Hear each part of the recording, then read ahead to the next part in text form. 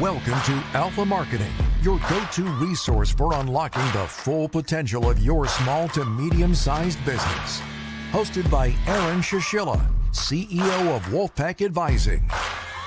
Now, let's learn how to dominate your market. Hello, everybody, and welcome to the Marketing Alpha Podcast, your show to listen into alpha marketing strategies. Today, we have a special podcast because we have some really awesome guests with us, and we're just going to just jump into it like we normally do. So, guests from Tampa Bay Septic, tell us about yourself. Who are you? I'm Chris Scanlon, and this is my wife and business partner, Stormy Scanlon. Hey, everyone. Good morning. Awesome. Yeah, so working with your wife, I know all about that. How's that been going? It's been great. I think we have a great work relationship, and our communication skills are excellent between business and everything. We're able to separate the two and get along quite well. I have to agree. I think it almost sometimes works easier because if he's done something I don't like, it's so much easier to be not politically correct and just say it rather than obviously with an employee, your delivery be quite a bit different. But I think it works great. That's awesome, and good for you guys. I know there's tons of people and businesses I chat with all the time that are husband and wife teams, especially in small business, and some people unfortunately can't do it, and you know it's understandable and why. I feel like I've learned for myself. I need to say, let my wife run the show a little bit more and say she's the boss a lot more, because I think she's a lot smarter than I am in a lot of aspects. I can agree with that on my end. Nice. Nice. Okay, so what we have today is we're just going to be going through some questions, talking about your story, sharing your story, because you guys have some really unique insights in terms of before coming to Wolfpack, because you are a Wolfpack customer.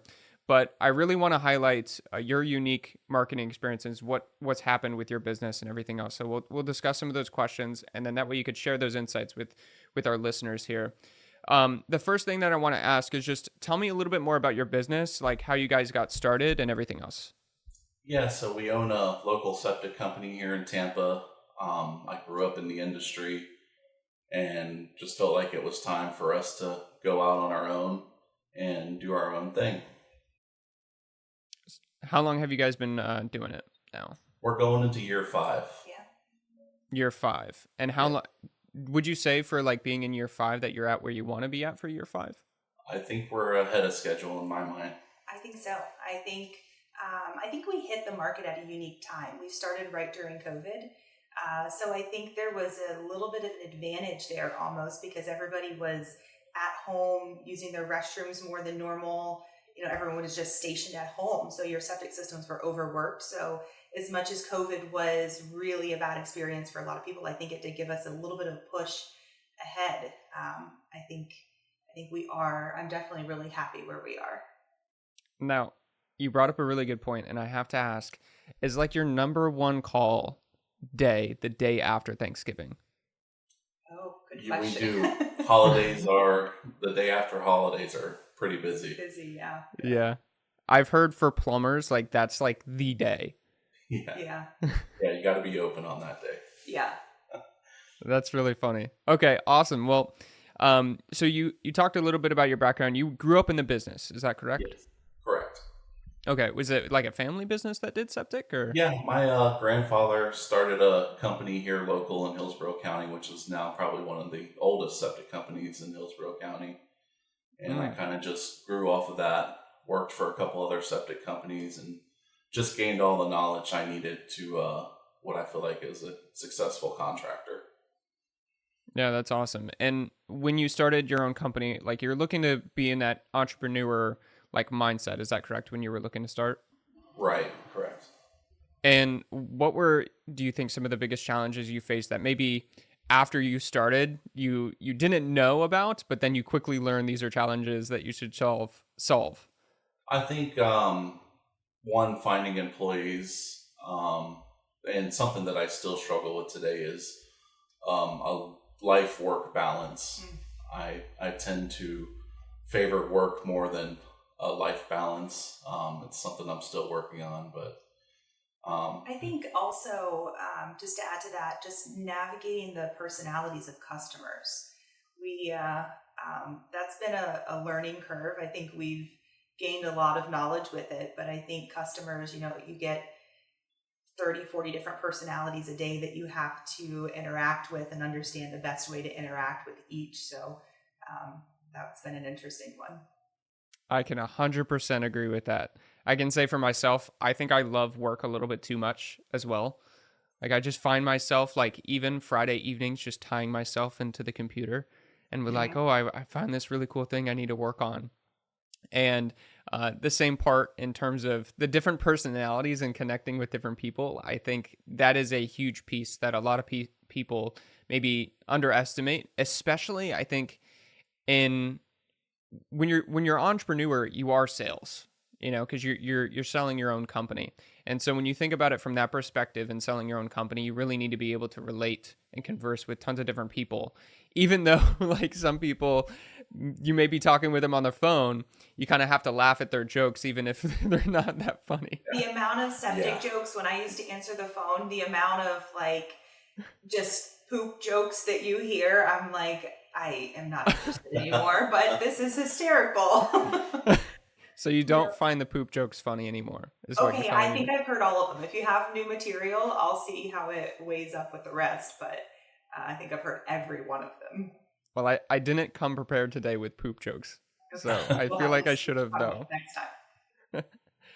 Awesome. So as your business grew, what do you think are some of the bigger challenges you faced like in the last couple years as your business has grown? Um, I think I think a lot of it that we struggled with was inflation on a lot of material cost. That's been Mm, huge because since COVID, everyone liked to blame product shortages and all the things we hear on COVID, and that's why the prices are so much higher. But they've never gone down; they've only incrementally gone mm, up, and homeowners are just like shocked by the cost of what things are. We try our best to keep cost as low as we can and still run a successful business. But it's something that we do really struggle with. And I think we probably struggle so much with it because there's not really a great solution.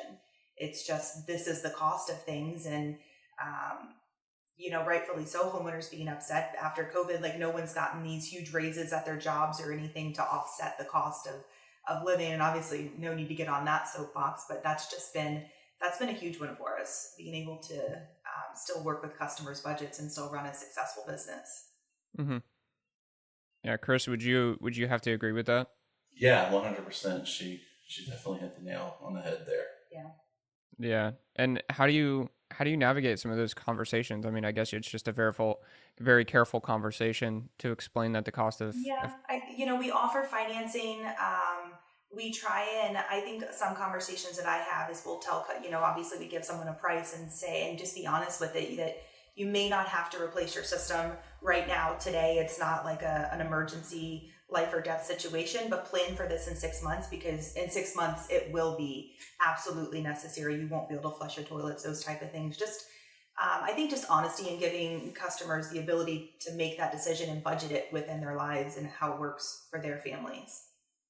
100%. It's a really unfortunate thing. I think COVID introduced a lot of new things that I think hindsight is 2020 on that the entire globe learned a whole ton about each other and about how to handle those particular situations. But I think it created a lot of business opportunities because in a lot of ways, especially in real estate, it exploded.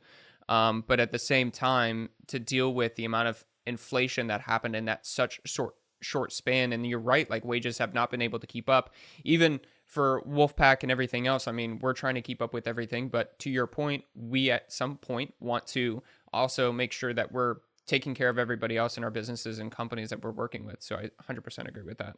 Yeah. Segueing over into hiring a little bit, have you had any issues with or challenges with hiring? How did you go about that? And then I know that you guys have highlighted some people on your social media that are really great for your company. How do you Yeah. find those people that are the perfect fit? Yeah, we have a solid core employees here. It's just finding little pieces that can help us continue to grow. That's been kind of difficult. But yeah, we have a standard here that we put through the men that have been here since the beginning, and we look for that in everybody else. So yeah. Yeah, I think everyone, when we hire, we kind of just throw them in with the rest of our guys that are incredible, and our guys do help us weed out some of the good and bad eggs to kind of know who fits the vibe of the team. I think that's really important to us as business owners. We've both been employees for so many years at other companies. We know what it's like to work with team members that you just don't gel with completely. And I think that was important to us from the beginning, to have a really good work family. And I know so many companies say that, but like really stand behind it. And everyone, like our guys, they'll be at our office late night after they're done with the project, and they just sit up there and hang out and sometimes order pizza and like genuinely enjoy being together. And I think that's really important to us. But finding them is not easy. We just went through a hiring process, and interesting enough, I hired 4 people on Friday, anticipating come this Monday, maybe one would show and the rest would probably flake. They all 4 showed. So then we're juggling, 4 people for one position, and obviously we'll weed them out and see what's going to work best. But it's not easy. I think we just really, our guys are a lot of times even willing to pick up more of the workload to just hang on until we can find the right fit. Like, we won't just put someone in just to fill a spot. 100%. And I would agree with you as well. Like, when you get that core team that kind of helps build your culture and what you're wanting for your business, and then they can help bring in the new guys, and your core team can advise you on saying like, hey, this person's not working out, or like, this person is really fitting into the culture. They're a really hard worker. I assume in your business, especially, you need those people that are going to be hardworking. Like, the type of work that you do is not something that people can kind of just feel like they can get by on. They really need to work. It's a lot of hard work, and they have to. Obviously, we have aspects that they have to meet our requirements, but those guys out in the field, those are their coworkers. They have to work with them every day, all day. It would not be beneficial to anybody if we were just dictators and threw somebody in that we didn't make sure fit the vibe of everybody. It's just super important to us. 100%. Now, going into like growing your business, how did you grow your business at the beginning? And I think you mentioned to me a while ago, like, you had a really unsuccessful partnership with somebody else, and now it's turned out to be really good for you. So how did you grow at the beginning? And then tell me a little bit more about that unsuccessful partnership and how you kind of figured that out and navigated it. I think we just kind of took the bull by its horns and did everything ourselves. Really put ourselves out there, a lot of long hours, doing the jobs during the day, and then me going out at night, putting yard signs out at busy intersections, door to door, anything I needed to do to get that phone ringing so we can get customers, and then trying to do the marketing ourselves. We branded everything ourselves. Like, it's all started from Stormy and a computer screen, making everything up. Yeah, it was a lot of work in the beginning. It was just him and I. We were the install team, the permitting guys, the receptionist, the estimator. We did it. It was just him and I. But I think originally we didn't. I don't think that I understood the importance of a good marketing company. I thought that in our generation, everyone is pretty much tech savvy, social media savvy, and so on, that I could kind of plug someone in there that fit the budget at the time, which was really low, and just kind of run with that and see how it went. And I think, and I do blame us for it, because I think we were just so busy growing other things within the company and just spending so much of our time on other things that we just kind of rode the wave with the original marketing company we had. I think we could have been much further at this point if we would have kind of fine-tuned that early on. But I think we had a breaking point with the company we were with for quite some time. I had to stalk them daily, and we don't have the time to do that. So we switched from them. There was another company that someone said this, thought the world of, and I had told them all my grievances from the other company. And of course they were going to be the absolute opposite and everything was going to be wonderful.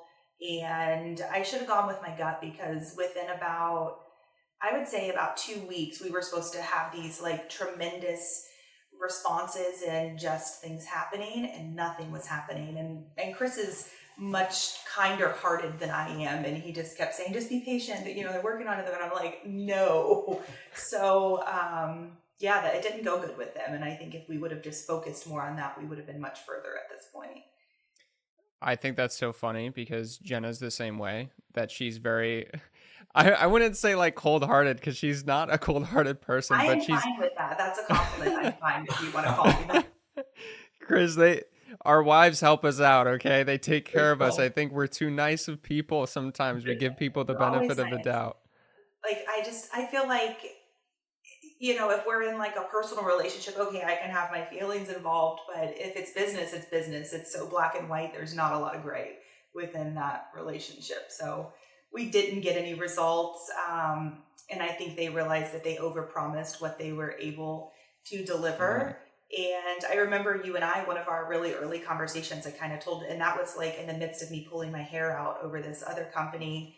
And I think we kept trying to be a little bit patient with them before we switched to you guys. But I think everything from the beginning that you said you were capable of delivering, you have done and surpassed. So I think I know it was a good switch.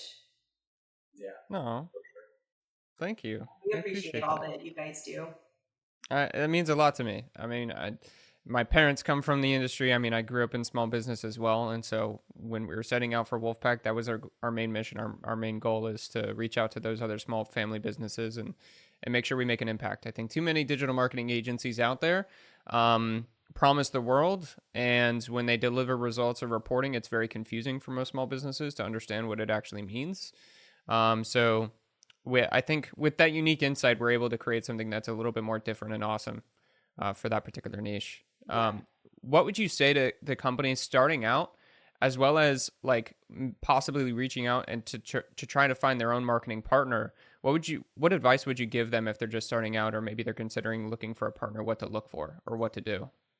I think research. I think early on I didn't do enough research, and I think I would love if there was like more education, like free education out there for business owners to understand what are they looking for. Because so early on in me, both of us doing our research, we didn't know what we were really looking for to know what we're looking for.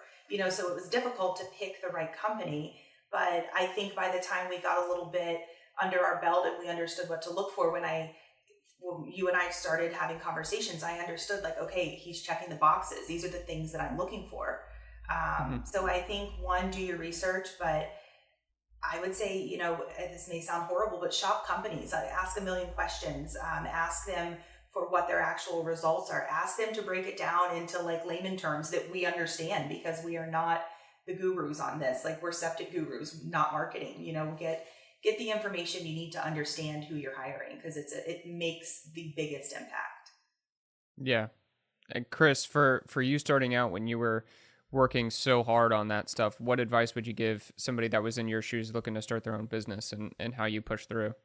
Yeah, you just gotta grind through everything, and if it's something that you want, you gotta go get it. It's not gonna come to you. If you want to be the best at what you do, you gotta be better than everybody else and give people a reason to believe that you're better than everybody else. So it's a 24-hour, 7-day-a-week thing that you have to do For quite a long time. for quite a long time. You mentioned you were putting signs in yards, you were door knocking. Are those Yes. like your two main strategies that you think help boost you? So in certain areas of the state, it seemed to work. In other areas, it's more Google, Facebook, internet research and stuff like that. Mm-hmm. Yeah, I guess that makes a lot of sense. So like more rural areas, probably like the signs and the local connections. Yeah. Exactly. And I think like more elderly communities, because they're not quick to jump on Google and look for something. If their neighbor has used somebody, or if they see a sign at the local park, or something like that, I think that we noticed a big difference. that type of marketing. But obviously, I think Google is like the blanket for everybody, all Yeah. areas.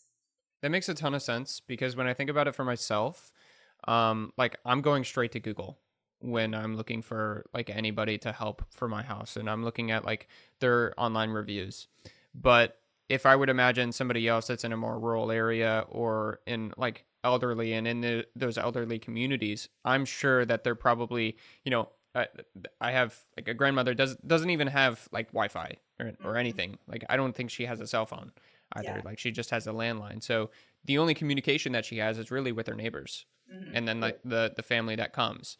So that makes a ton of sense that you, and I'm glad that you actually, I don't know, recognize that. I mean, because I feel like that is just something that a marketer would recognize, to be able to do. So hats off to you guys for being able to kind of realize that and focus those strategies differently based on the people that you were particularly targeting at the time.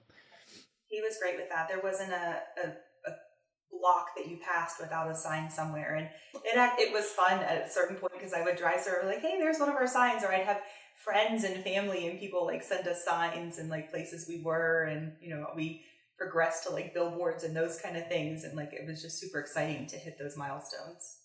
Do you guys drive by neighborhoods or houses and you're like, I've been there? All the time. Oh, yeah. All the time. He knows exactly where their septic system is, the layout of the yard, all the time. That's funny. So segueing here, we're going to get into I want to ask some fun and memorable stories, if you have any. I would imagine you have to have something, at least one, that is a fun or memorable story.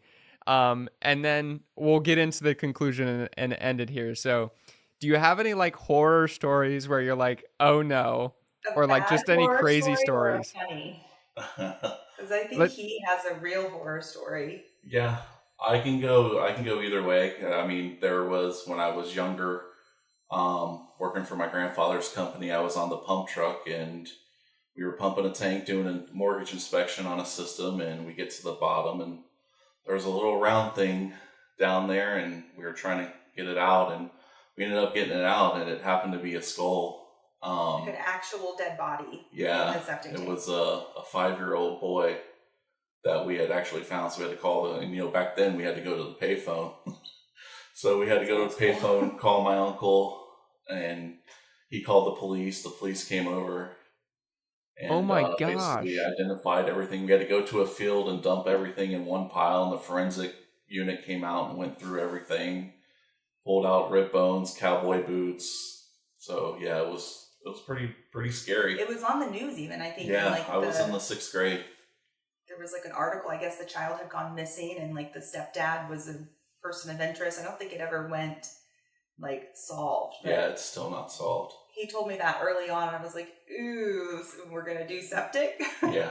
That was horrible. Yeah, I think I was like 13 years old. Oh my gosh, that is a nuts story. I feel like that's like the most extreme story you could have. Yeah, absolutely. He actually, when the whole Tiger King phenomenon was going on, oh my gosh, he, pumped the septic tank of the Carol Baskin, the lady, and because her place was over, really? off Gun Highway. They were abandoning a septic system that was inside this warehouse. They're going to fill it with concrete, so I had to pump that tank in kind of a weird setting and where the tank was, because it was like a warehouse that they built over it, and they knew it was there. It was always, I remember watching on the documentary, it was in theory that she had like killed her ex-husband and put him in the septic tank, but that one was debunked because he was not in the septic tank. Yeah. Not to say, he's under or whatever, we don't know anything about it, but he was not in it. Heard it here first on the Marketing Alpha podcast for everybody. He was not in still the tank. Speculating. Poor guy. We've had a lot of like funny stuff. I guess, I think a lot of the funny is attributed to our guys. I think our guys are funny. Yeah. They keep us laughing all the time, the like goofy things that they do. Yeah. They're just always a good time. They keep it fun. Well, that is like an absolutely nuts story. Did you have another story you wanted to share? For as far as like good, memorable things that we do, we work with Rebuild Florida. That's the state-ran program with FEMA that give septic systems. Well, they give new homes to hurricane victims, and we are actually one of the companies that were chosen to do all their work. Yeah. So being able to give back to the community, and that's statewide, all the way down from Everglades City up to, Ocala, everywhere that's been hit. We do all the septic systems for them. So yeah, that was good, because that's like, those are homeowners that some of them, it's horrible, but the program hasn't even gotten to getting them a home and move back in. It's like 3 or 4, 5, like years later after they've been. I think they're two or three storms behind. Yeah, and so it's years. These homeowners have been living. Some of them, we ran into a homeowner that was in Lakeland, and I thought. I called the builder and I said, there's a homeless man living on the property. What do you want us to do? His stuff is over the septic area and so on.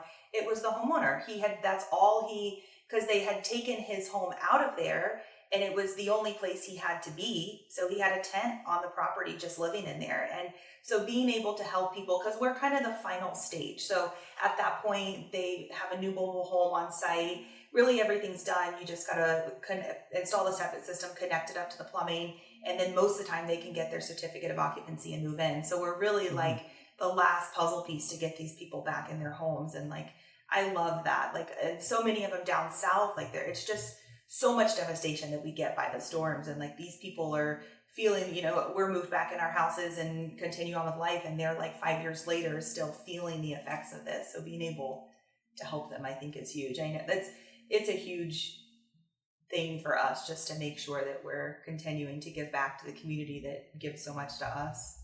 100%. That's got to make you feel like such a good sense of purpose. I feel like in septic systems, I'm sure, is not like a huge glamorous job. Right. It's not like fashion or anything like that, but it's something that's absolutely needed. So like people, even like just other tradesmen, and I'm sure you guys have heard of it and probably are struggling with it or seeing it within hiring, that the new generations aren't focusing as much on trades work, where they can start their own business and make a killing and focus on growing their own business in that way and make a lot of good money that way. Yeah. All right. I think you're on par with that. So to recap here and just end it off, where can people find you? What's a good place for people to reach out if they're listening to this? We are here all the time. Definitely go online, check us out. We have a great marketing team that has us everywhere. Google, Facebook, Instagram. Call the office. David, our office guy, he actually grew up working with Chris. He's been around forever. He is a wealth of knowledge. He's always answering the phone. He can get you over to us if you need us, but we are everywhere. Well, thank you so much, Stormy and Chris, for being here in Tampa Bay Septic. I really appreciate it. I love that you guys are customers of Wolfpack. I love we were able to turn things around a little bit with your marketing agency and your partner. And I love your initial story. Such a great initial story. And your crazy story. That I would not believe that whatsoever, but I guess if there's any particular crazy story, that's as crazy as it gets. Yeah. So thank you all for being here, and thank you everybody for listening. We'll see you on the next one. Of course. Thanks. See ya. Thank you for listening to Alpha Marketing. If you enjoyed today's episode, be sure to subscribe, leave a review, and share it with other business owners and marketers. Your support enables us to continue bringing you actionable advice and the tools you need to thrive. Join us next time for more insights with Aaron Shishilla, and keep striving to be the alpha in your market.